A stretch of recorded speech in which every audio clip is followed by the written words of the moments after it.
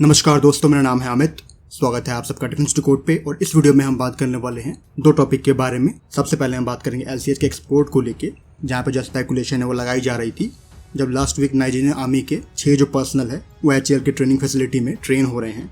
तो उसके लिए जो कॉन्ट्रैक्ट है वो अप्रैल में साइन किया गया था, जहाँ पे इन 6 नाइजीरियन आर्मी के पर्सनल को रोटरी विंग के द्वारा ट्रेन किए जाएंगे। तो यहाँ पे कहीं न कहीं इस स्पेकुलेशन पे जो एक टेंटेटिव मुहर है वो लगते हुई दिख रही है, जहाँ पे नाइजीरियन डिफेंस को क्लोजली फॉलो करने वाले कुछ जो डिफेंस पेज हैं उन्होंने ये कंफर्म किया है कि नाइजीरियन आर्मी की जो एविएशन कोर है वो एलसीएच को प्रोक्योर करने जा रहे हैं। तो अगेन यहाँ पे जो उनकी भी खबर होगी वो सो कॉल्ड सूत्रों की ही मदद से होगी, लेकिन कहीं न कहीं अभी एक स्पेकुलेशन नहीं रह गई है, एक जो बैकडोर से पुष्टि है इस खबर पे वो भी अब हो चुकी है।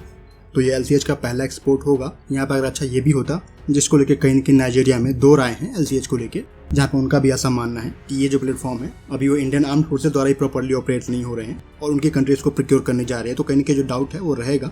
इस आर्गुमेंट को आप इस तरह से काउंटर कर सकते हो कि कोई भी जो वेपन प्लेटफॉर्म है उसके ऑपरेशन की और एक्सपोर्ट की जो शुरुआत है वो कहीं न कहीं से होती है। तो इस केस में भी ऐसा ही है। अब यहाँ पे जीओआई को और इंडियन आर्म्ड फोर्सेस को ये करना चाहिए कि जो एलसीएच का पेंडिंग ऑर्डर है वो प्लेस कर देना चाहिए आर्मी और आईएएफ के लिए, जो कि अराउंड 160 प्लस होगा।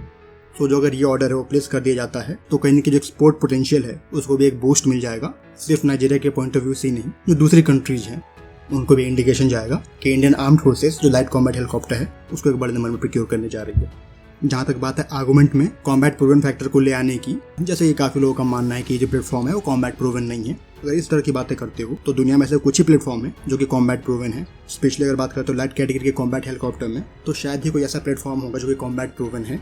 एलसीएच की यहाँ पे जो खासियत एडवांटेज है वो इसका मॉड्यूलर आर्मर है, जो कि इसके वाइटल और क्रिटिकल एरिया को प्रोटेक्ट करता है। वहीं पे फ्यूसलाज का जो बॉटम डिजाइन है उसको टेपर्ड रखा गया है ताकि जो इम्पैक्ट हो वो कम हो और जो आरसीएस सिग्नेचर हो वो भी इम्प्रूव्ड रहे। तो इसके आर्मर वर्ल्ड में लाइटेस्ट हैं, जो कि 12.7 के साथ साथ जो हार्ड स्टील कोर वाले राउंड है उनको भी झेल जाएंगे।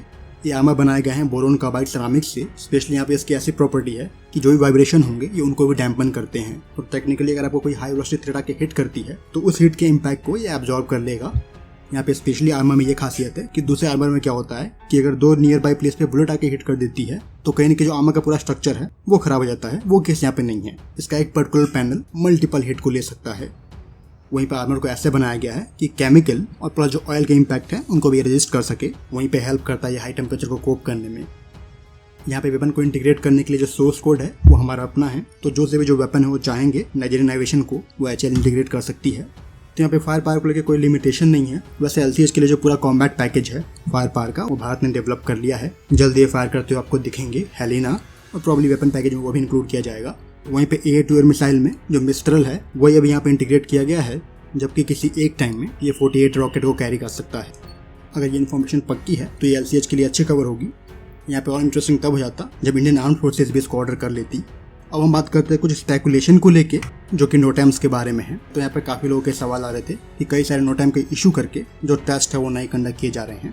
यहाँ पे सबसे पहला जो सवाल था वो लास्ट मंथ के 23 को इशू किया गया नोटैम को लेके था, जहाँ पे ऐसी खबर आई थी कि निर्भय का जो टेस्ट है वो कंडक्ट किया गया है। हालांकि ये चीज़ ऑफिशियली नहीं बताई गई है, लेकिन वहाँ पे जो टेस्ट है वो कंडक्ट किया गया है। वैसे 2 जुलाई का जो नोटैम है वहाँ पे भी टेस्ट कंडक्ट नहीं किया गया, और एक 5 जुलाई से लेकर 7 जुलाई के बीच में जो नोटैम है वो इशू किया गया था, वहाँ पे भी टेस्ट कंडक्ट नहीं किया गया। तो यहाँ पे मेरे ओपिनियन में जो भी ये नोटैम इशू किए जा रहे हैं और इन पे आपको टेस्ट की खबर नहीं मिल रही है, तो कहीं न कहीं इन पे जो टेस्ट है वो कंडक्ट किए जा रहे हैं, बस पब्लिक डोमेन में वो नहीं आ रहा है। क्योंकि अगर ऐसा ना होता तो आप नोटैम इशू कर रहे हो 3 से 4 दिन के लिए, मतलब वो जो पर्टिकुलर एयर स्पेस है वो आप 3 से 4 दिन तक रेस्ट्रिक्ट कर रहे हो। अगर वहाँ पे टेस्ट ना कंडक्ट किया जाता तो नोटैम जो सी है वो जरूर इशू किया जाता, मतलब आप नोटैम को जरूर कैंसिल करते और नोटैम सी आप इशू करते। तो ऐसा कुछ नहीं हुआ। अगेन आते हैं 5 से 7 जुलाई वाले नोटैम के ऊपर। ठीक एग्जैक्ट वही कोऑर्डिनेट इशू किए गए हैं 12 से लेकर 14 जुलाई के बीच में टेस्ट के लिए। मतलब यहाँ पर जो कोऑर्डिनेट है वो एग्जैक्ट सेम है, और जो नोटैम का सीरियल नंबर है वहाँ पे आर नहीं लिखा हुआ है, वहाँ पे एन लिखा हुआ है, मतलब वो भी एक न्यू नोटैम है।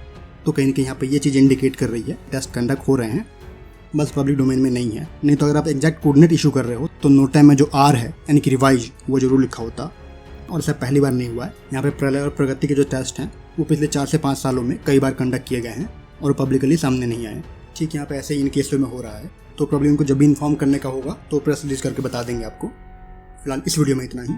जय हिंद।